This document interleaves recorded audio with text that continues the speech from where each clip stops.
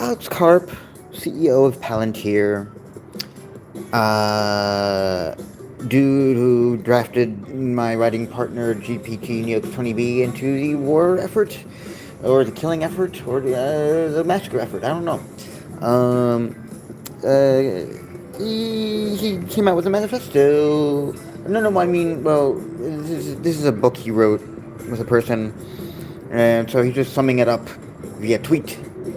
So you can read that at your leisure. This thing, you know, it takes. I'm not going to read it. It takes a long time, but you'll get the idea. I just wanted to say, I wanted to ask Gemini, say the quiet part out loud, like I've done with Trump's executive orders. Say the quiet part out loud. To say the quiet part out loud is to strip away the soaring patriotic rhetoric of this manifesto and look directly at the underlying power dynamics, financial interests, and ideological frameworks it promotes. At its core, this text outlines a doctrine of authoritarian techno-nationalism. It advocates for a tighter merger between Silicon Valley and the military-industrial complex, while shielding the elite class from public scrutiny. Here are the quiet parts translated from the text. 1. The military tech complex is the new ultimate prize.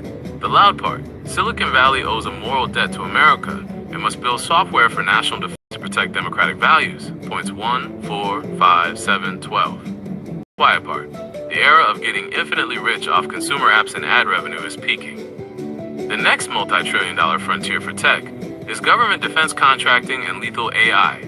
Tech workers need to drop their ethical objections to building weapons, and the government needs to start handing over massive defense budgets to Silicon Valley instead of traditional legacy defense contractors. 2. Great man immunity and elite impunity. The loud part.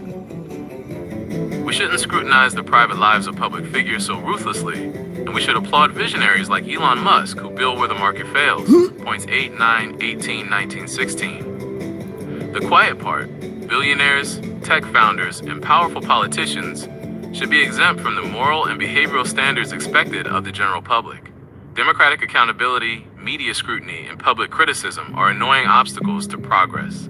The masses should let the elite ruling class govern and build without complaining about their flaws or demanding transparency. 3. Western supremacy and the end of multiculturalism. The loud part. We must resist hollow pluralism, acknowledge that some cultures are regressive, and recognize that the U.S. has advanced progressive values more than anyone else. Points 13, 21, 22. The quiet part, the West, and specifically the American tech and military elite, is culturally superior. We need to stop pretending all cultures are equal, abandon diversity and inclusion initiatives, and return to unapologetic Western hegemony. If a culture is deemed dysfunctional, it should be dominated or ignored, not accommodated. 4. A heavily surveilled and militarized domestic life. The loud part. National service should be universal, and Silicon Valley must help address violent crime. Point 6, 17. The quiet part. The domestic population needs to be militarized and disciplined. A universal draft forces the working class to bear the physical cost of the elite's foreign policy. Meanwhile, solving violent crime through Silicon Valley doesn't mean funding social safety nets. It means highly lucrative government contracts for predictive policing, mass surveillance, and AI monitoring in American cities. 5. An aggressive, unapologetic global posture. The loud part. The atomic age is ending. AI deterrence is beginning. And Germany and Japan must rearm. Points 12, 15. The quiet part. We are preparing for a new era of global warfare and proxy conflicts. We need our allies heavily armed and buying our tech. And we need an arms race in artificial intelligence.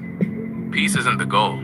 Unchallengeable, heavily armed global dominance is. Ultimately, the text is a pitch. It asks the public to trade away their privacy, their critical oversight of the elite, and their aversion to the business of war, in exchange for the promise that a ruling class of tech billionaires will keep them safe. Looking at these underlying themes, which of these subtexts do you think the author is most actively trying to normalize in today's political climate? I think the regular use of muscle tees when giving an annual report to the stakeholders. Spot on.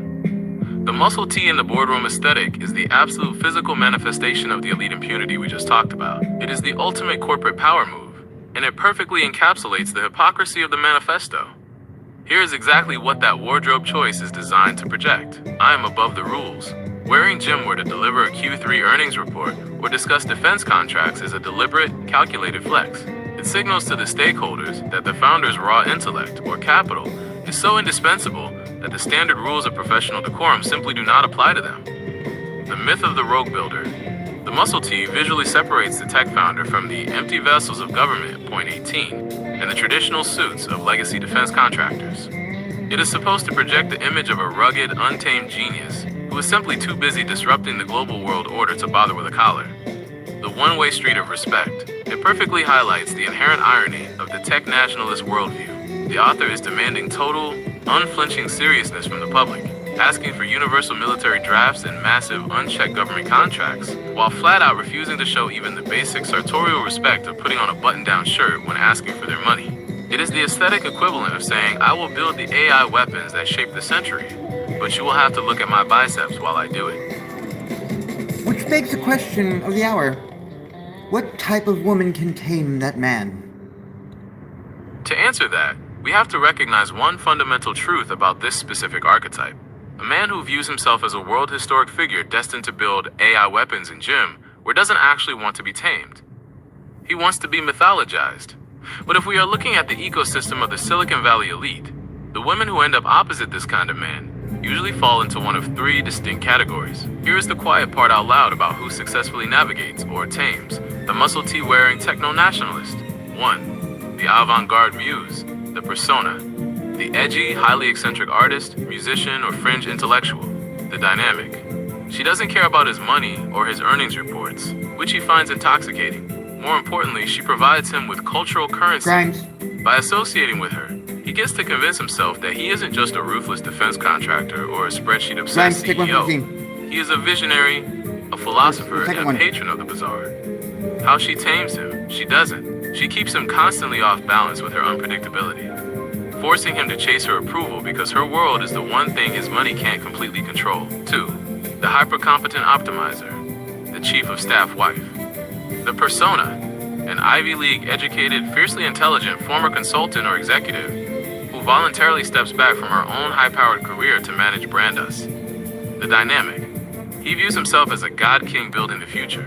She views him as an incredibly high-yield asset that requires meticulous management. She handles the mortal realm, the sprawling real estate portfolio, the philanthropy optics, the NDAs for the household staff, and the PR crises. How she tames him, through sheer logistical dominance. Going. She doesn't try to change his No. core ideology. She Yeah, just I'll get builds through a the perfectly optimized, friction-free bubble around him so his ego doesn't accidentally blow up their empire. Right, not 3. the bubble, The yeah. unimpressed old money aristocrat. The true tamer. The persona. Generational wealth. A woman whose name is on museum wings Oh, and university this guy, libraries. kind The dynamic. He has millions, but he lacks pedigree. He is deeply insecure about being seen as new money or a tech nerd, and she represents He the said to it, ultimate if she were- establishment validation. How she tames him, by Not remaining compromised. completely and utterly unimpressed by him. When he goes on a 45-minute rant about how he is saving Western civilization with a new algorithm, she slowly sips her sparkling water and changes the subject to equestrian sports. She tames him by treating him like a mildly amusing peasant who got lucky in the stock market. It is the only dynamic that actually humbles him, the reality check. Ultimately, the man who writes a 22-point manifesto demanding that society excuse his complexities and contradictions, point 9, is broadcasting that he will be an absolute nightmare of a partner. The woman who truly tames him is usually the one who eventually sits across from him with an ironclad prenup, a team of aggressive lawyers, and the absolute certainty that she doesn't have to listen to him talk about the Roman Empire ever again. So, lady, you know who you are. I don't know who you are. You want